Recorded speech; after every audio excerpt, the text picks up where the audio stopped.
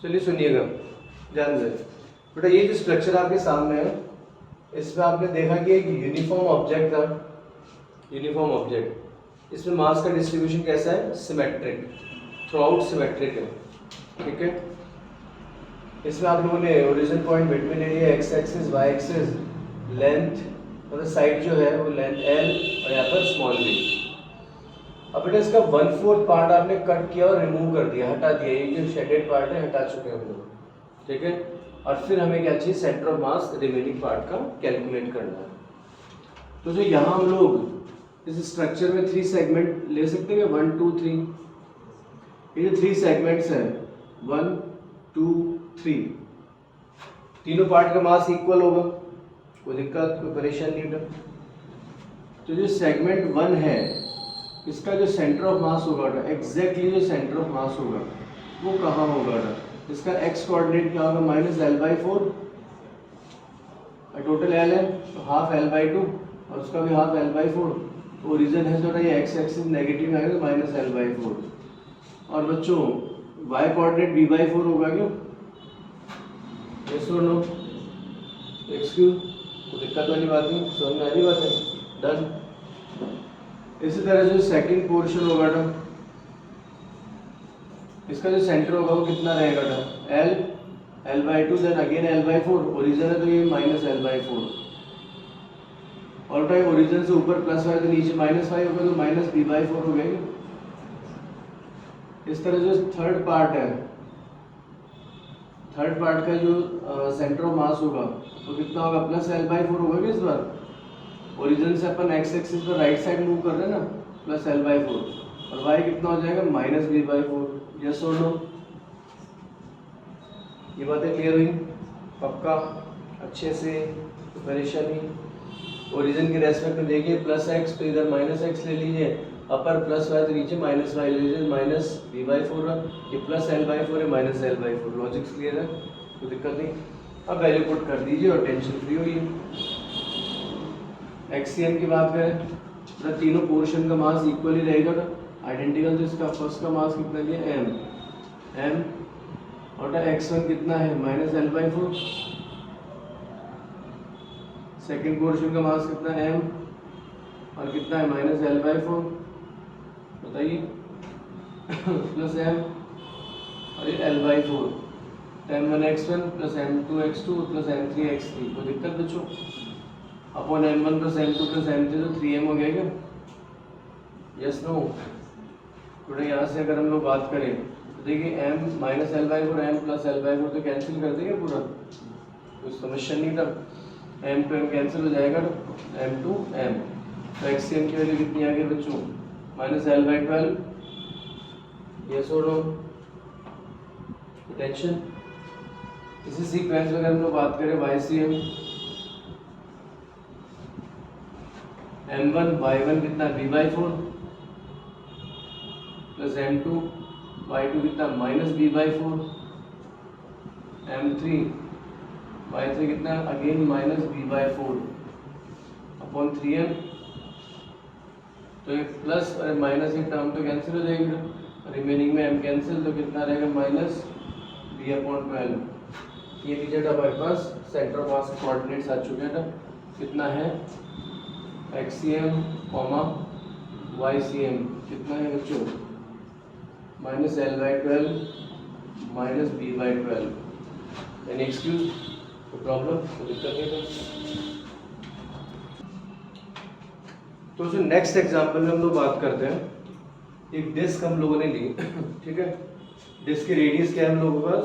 R और उसका centre लिया मैंने C1। ओके, कोई टेंशन नहीं। ये जो डिस्क है, इस डिस्क में अब हम लोगों ने क्या किया बेटा? एक स्मॉल डिस्क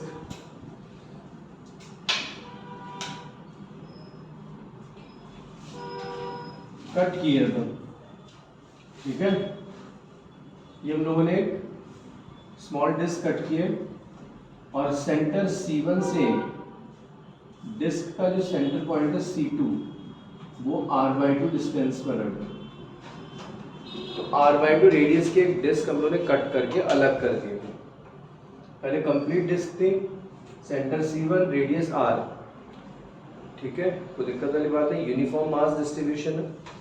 अब आपने क्या किया था, R/2 रेडियस की जो एक स्मॉल डिस्क है उसको आपने कट किया और अलग कर दिया, और जो स्मॉल डिस्क है उसका सेंटर C2 C1 से R/2 डिस्टेंस पर ही है। अब जो रिमेनिंग पार्ट बचा है, समझ रहे हैं, उसकी सेंटर ऑफ मास की पोजीशन आपको बतानी है फ्रॉम C1, ठीक है। तो करना क्या है, calculate centre of mass of remaining part of disk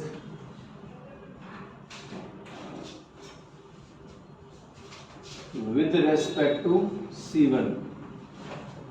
C1 position से आपको ये आइडेंटिफाई करना है, समझ में आ गया, पक्का, तो दिक्कत नहीं है। तो इस सिचुएशन में क्या किया जाएगा, कंप्लीट डिस्क का मास आपने कितना कंसिडर किया, सपोज m,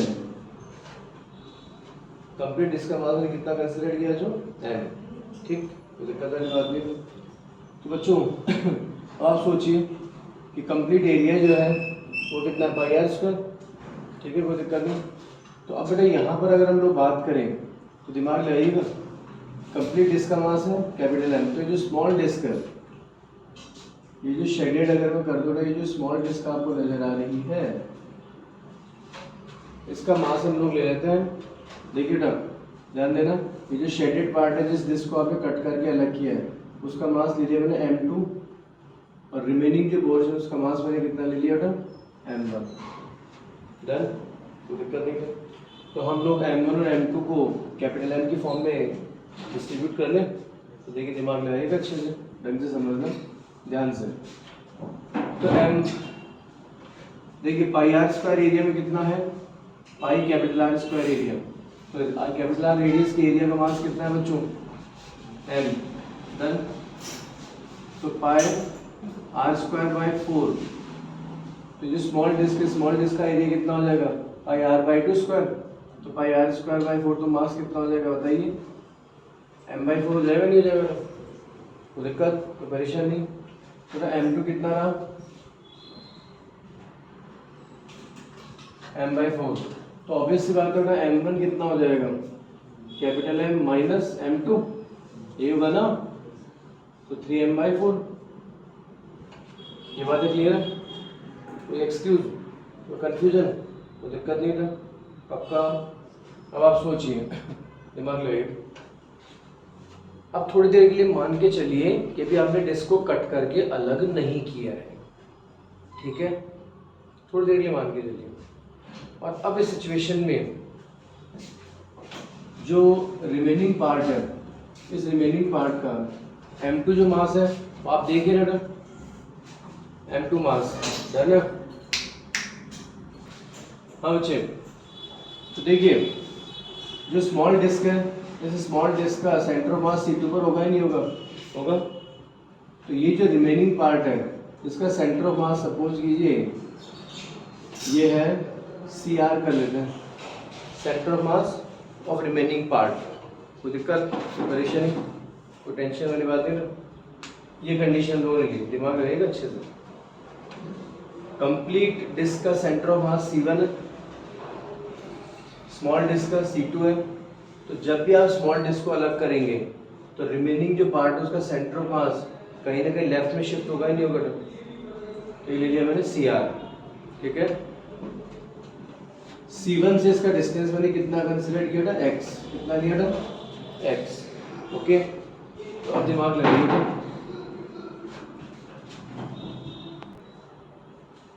तो जो इस कंडीशन में हम लोग अब बात करेंगे मास मोमेंट का कॉन्सेप्ट। तो बच्चों देखिए मास मोमेंट की कॉन्सेप्ट पर बात कर लें, ध्यान देना अच्छे से। According to concept of mass of moment और मास मोमेंट,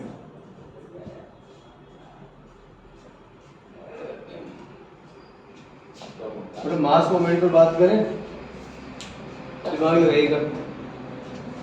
तो यहाँ पर मास मोमेंट के लिए क्या पढ़ा था आप लोगों ने, m1r1 plus m2r2 is equal to 0, याद है क्या?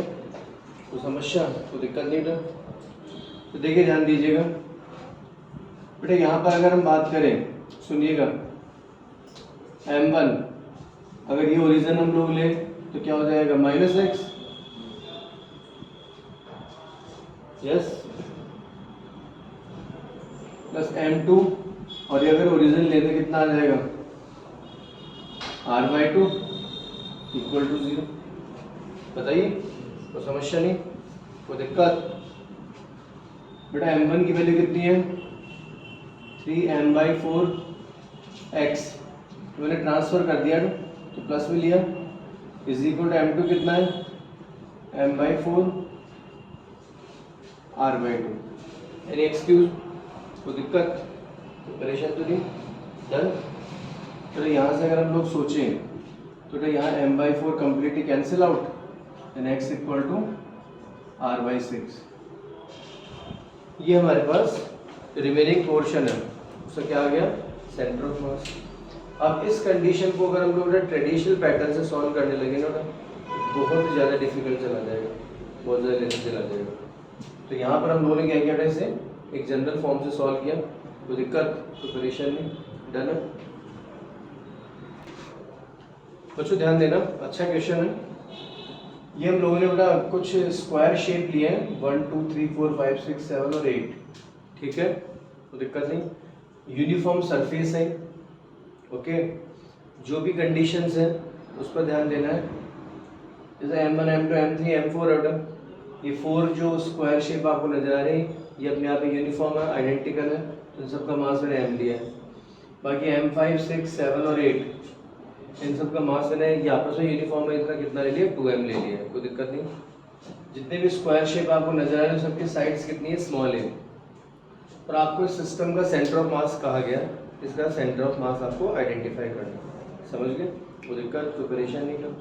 तो इसका अगर सेंटर ऑफ मास में आइडेंटिफाई करना है तो देखिए XCM, सबसे पहले x कोऑर्डिनेट हम लोग आइडेंटिफाई करने की कोशिश करते हैं। तो x कोऑर्डिनेट की तरफ बढ़े तो ये जो पोर्शन है 3 क्यूब्स का, 1 5 और 8, इनका टोटल मास कितना हो गया बच्चों, 2m प्लस 2m और प्लस m, तो 5m हो गया क्या? बताइए, m1 x1। अब आपको बताएगा ये तीनों जो क्यूब है उनका जो सेंटर ऑफ मास आएगा वो कहाँ आएगा, a/2 डिस्टेंस, ये टोटल डिस्टेंस a था ना साइड, तो कितना आ जाएगा, a/2 पर आएगा कहीं ना कहीं। y कोऑर्डिनेट कुछ भी हो सकता है, मैं उसके लिए मना नहीं कर रहा, लेकिन इन तीनों का जो x कोऑर्डिनेट आएगा वो a/2 ही आएगा, हाँ या ना? बातें समझ में आ रही है? सेंटर ऑफ मास कहीं ना कहीं a/2 पर आएगा, तो 5m into a/2। Excuse, yes, हाँ जो बता, कोई डाउट होगा? देख मेरी बात सुन, 2m plus 2m plus m, तो 5m। अब इनका सेंटर ऑफ मास कहीं ना कहीं मिड में तो आएगा, मिड लाइन में, क्योंकि सेंटर ऑफ मास का मतलब क्या है, अगर आइडेंटिकल है, जितना लेफ्ट उतना राइट, जितना फ्रंट उतना बैक, जितना अप उतना डाउन, तो जस्ट मिड, तो a/2 पक्का, डन।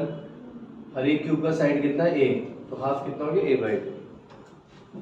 फिर नेक्स्ट स्लॉट लीजिए बेटा, प्लस ये जो स्लॉट है तो m6 कितना होगा बेटा, 2m, और m2 कितना होगा, m, तो 2m प्लस m कितना हो गया, 3m। और इसका x कोऑर्डिनेट कितना हो जाएगा, देखो ध्यान दो, इसका x कोऑर्डिनेट कहीं ना कहीं आएगा, नहीं आएगा बेटा, तो a प्लस a/2, तो 3a/2 हो गया क्या, यस और नो? कोई परेशानी नहीं, कोई दिक्कत वाली बात नहीं।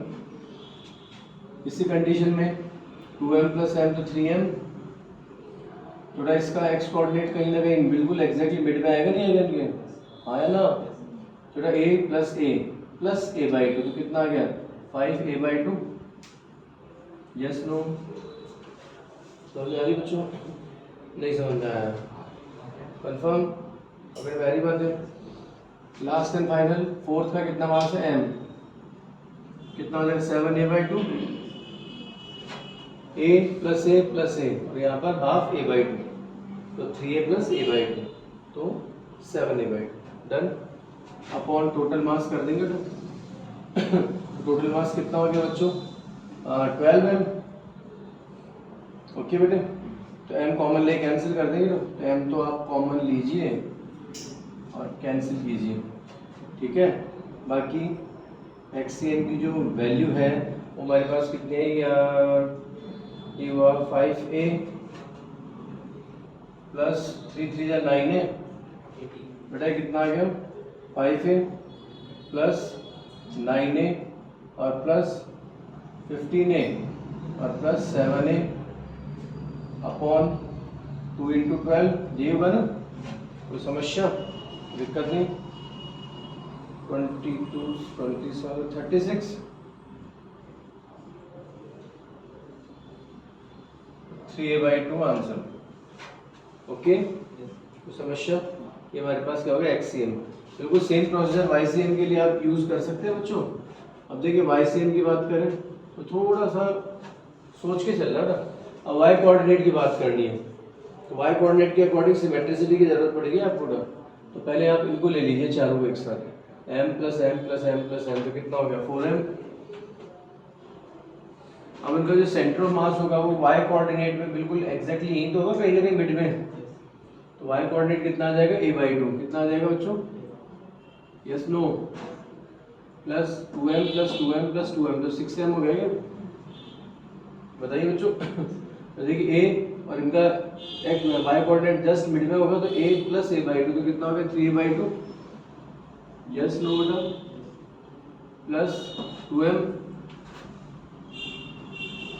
a प्लस a/2, कितना आ गया 5a/2। ओके, कोई समस्या नहीं बेटा। अपॉन 12m बेटा, m कॉमन लेके कैंसिल आप कर ही देंगे,